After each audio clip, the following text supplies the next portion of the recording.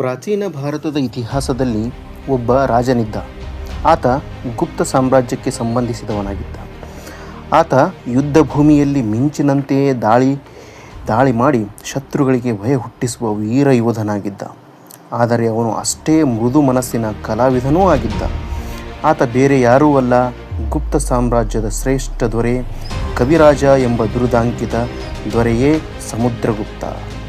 ಸರಿಸುಮಾರು 4ನೇ ಶತಮಾನ. ಗುಪ್ತರ ಅರಸ 1ನೇ ಚಂದ್ರಗುಪ್ತ ಮತ್ತು ಮಹಾರಾಣಿ ಕುಮಾರಿ ದೇವಿಯ ಮಗನಾಗಿ ಜನಿಸಿದ. ಸಮುದ್ರಗುಪ್ತ ಬಾಲ್ಯದಲ್ಲಿಯೇ ಯುದ್ಧ ಕಲೆಗಳ ತರಬೇತಿಯೊಂದಿಗೆ ವೀಣೆಯನ್ನು ನುಡಿಸುವುದನ್ನು ಕಲಿತ. ಯುದ್ಧ ಮತ್ತು ಕಲೆ ಎರಡರಲ್ಲೂ ಅದ್ವಿತೀಯನಾದ. ತಂದೆಯ ಮರಣಾನಂತರ ಗುಪ್ತ ಸಾಮ್ರಾಜ್ಯದ ಸಿಂಹಾಸನವನ್ನು ಏರಿದ. ಉತ್ತರ ಭಾರತದ ಅನೇಕ ರಾಜರನ್ನು ಸೋಲಿಸಿದ. ದಕ್ಷಿಣದ ಕಡೆಗೆ ಸಾಗಿ ಒಂದರ ನಂತರ ಒಂದು ರಾಜ್ಯಗಳನ್ನು ಗೆಲ್ಲುತ್ತಾ ಭಾರತದ ಬಹುತೇಕ ಭಾಗವನ್ನು ತನ್ನ ಅಧೀನಕ್ಕೆ ತಂದನು. ಆದರೆ ಅವನು ಕ್ರೂರನಾಗಿರಲಿಲ್ಲ. ಸೋತ ರಾಜ್ಯರನ್ನು ನಾಶ ಮಾಡದೆ ತನ್ನ ಸಾಮಂತರನ್ನಾಗಿ ಮಾಡಿಕೊಂಡನು.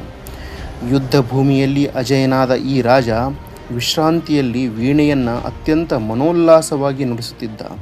ಹಾಗಾಗಿ ಅವನ ಕಾಲದ ನಾಣ್ಯಗಳ ಮೇಲೆ ವೀಣೆಯನ್ನು ನುಡಿಸುತ್ತಿರುವ ಚಿತ್ರವನ್ನು ಗಮನಿಸಬಹುದು. ತನ್ನ ಶಕ್ತಿಯನ್ನು ಜಗತ್ತಿಗೆ ತೋರಿಸಲು ಅಶ್ವಮೇಧ ಯಾಗ ಕೈಗೊಂಡನು. ಸಮಗ್ರ ಭಾರತದ ಚಕ್ರವರ್ತಿಯಾಗಿ ಎನಿಸಿಕೊಂಡನು. ಪ್ರಸಿದ್ಧ ಇತಿಹಾಸಕಾರ ವಿ.ಎಸ್. ಸ್ಮಿತ್ ಅವರು ಸಮುದ್ರಗುಪ್ತನನ್ನು ಭಾರತದ ನೆಪೋಲಿಯನ್ ಎಂದು ಬಣ್ಣಿಸಿದ್ದಾರೆ. ಸಮುದ್ರಗುಪ್ತನ ಕಾಲಾವಧಿಯನ್ನು ಗುಪ್ತರ ಸುವರ್ಣ ಯುಗ ಎಂದು ಕರೆಯುತ್ತಾರೆ. ಅಸಂಖ್ಯಾತ ಯುದ್ಧಗಳನ್ನು ಗೆದ್ದ ಈ ಚಕ್ರವರ್ತಿ ಕೊನೆಗೆ ಕಾಲಕ್ಕೆ ಮಣಿಯಲೇಬೇಕಾಯಿತು. ಆದರೆ ಅವನು ತನ್ನ ಭಾರತದ ಇತಿಹಾಸದ ಸುವರ್ಣ ಯುಗಕ್ಕೆ ನಾಂದಿಯಾಗಿಸಿದನು. ಯುದ್ಧದಲ್ಲಿ ಅಜಯ, ಹೃದಯದಿಂದ ಕಲಾವಿದ. ಇದುವೇ ಭರತ ಭೂಮಿಯ ವೈಶಿಷ್ಟ್ಯತೆ. ಇಂತಹ ಒಬ್ಬ ಶ್ರೇಷ್ಠ ಅರಸನಿಗೆ ನಮನಗಳನ್ನು ಸಲ್ಲಿಸುತ್ತಾ ಈ ಒಂದು ವಿಡಿಯೋ ನಿಮಗೆ ಇಷ್ಟವಾದರೆ ನಮ್ಮ ಚಾನಲ್ಗೆ ಸಬ್ಸ್ಕ್ರೈಬ್ ಆಗಿ ಮತ್ತು ಈ ವಿಡಿಯೋ ಕುರಿತಾಗಿರ್ತಕ್ಕಂಥ ಸಲಹೆಗಳನ್ನು ಕಮೆಂಟ್ ಮಾಡಿರಿ ಅಂತ ಹೇಳ್ತಾ ಎಲ್ಲರಿಗೂ ಕೂಡ ಧನ್ಯವಾದ.